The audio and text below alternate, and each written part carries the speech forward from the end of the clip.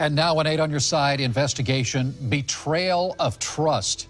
Taxpayer dollars meant for the disabled improperly and illegally diverted.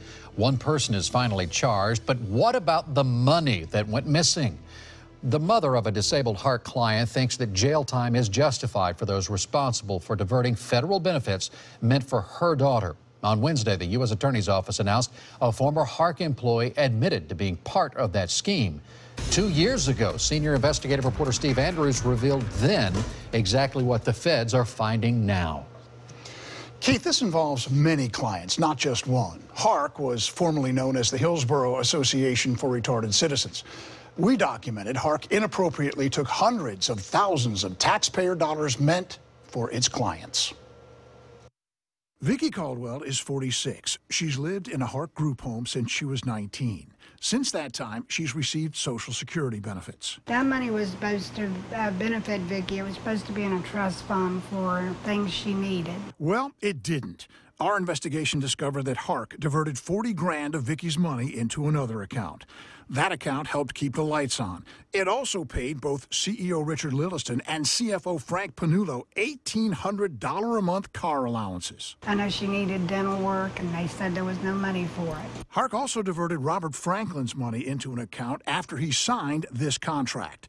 His brother Ralph became alarmed when he saw the contract on our air. They knew that he didn't have the mental capability to enter into this kind of legal agreement. HARC diverted more than $7,000 of Robert's benefits into its slush account. And to me, you don't take advantage of people like that. This week, the U.S. Attorney's Office charged 53-year-old Sandra Shepard with filing false and fraudulent reports with Social Security. The reports said clients' money was used properly. She told investigators when she brought the scheme to the attention of Panulo, she claims he joked, the CEO is going to look good in orange. One thing I would like to say is thank you to you, because I know you've helped bring this all to the forefront for us. Lilliston has avoided our questions and cameras for 2 years. On Thursday, he said he had no comment or response to Shepard's charges. He also told the Tampa Bay Times he's sorry he took the $1,800 a month car allowance, and, quote, I didn't know it was coming out of the client's funds. When we caught up with Panulo 2 years ago, he told a different story. Was that approved by the board? It was approved by Mr. Lilliston.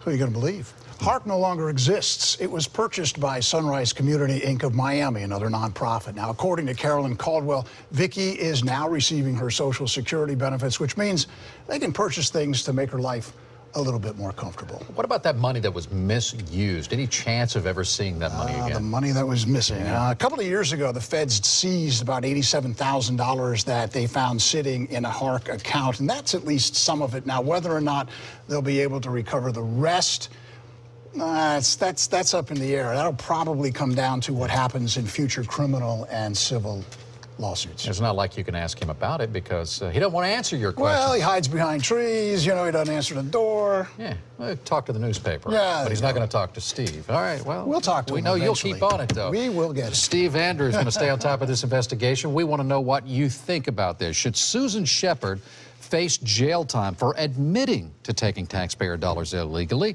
You can log on to our WFLA Facebook page to weigh in.